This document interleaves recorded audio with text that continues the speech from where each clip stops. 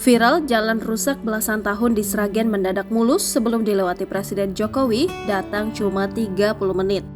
Ada pemandangan menarik saat Presiden Jokowi melakukan kunjungan kerja di Sragen, Jawa Tengah pada Sabtu 11 Maret 2023. Sebuah jalan di desa Karangmalang, Kecamatan Masaran tiba-tiba mulus menjelang dilewati rombongan Presiden. Padahal kondisi jalan tersebut sebelumnya rusak parah dan dibiarkan selama belasan tahun.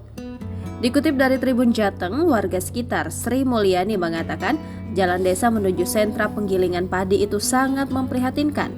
Kondisinya semakin parah ketika dilalui kendaraan proyek pembangunan pada 2020 lalu.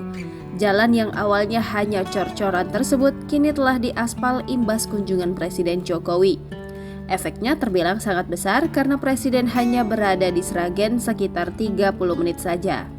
Jokowi datang didampingi Direktur Utama Perum Bulog Budi Waseso, Kepala Badan Pangan Nasional dan Gubernur Jawa Tengah Ganjar Pranowo.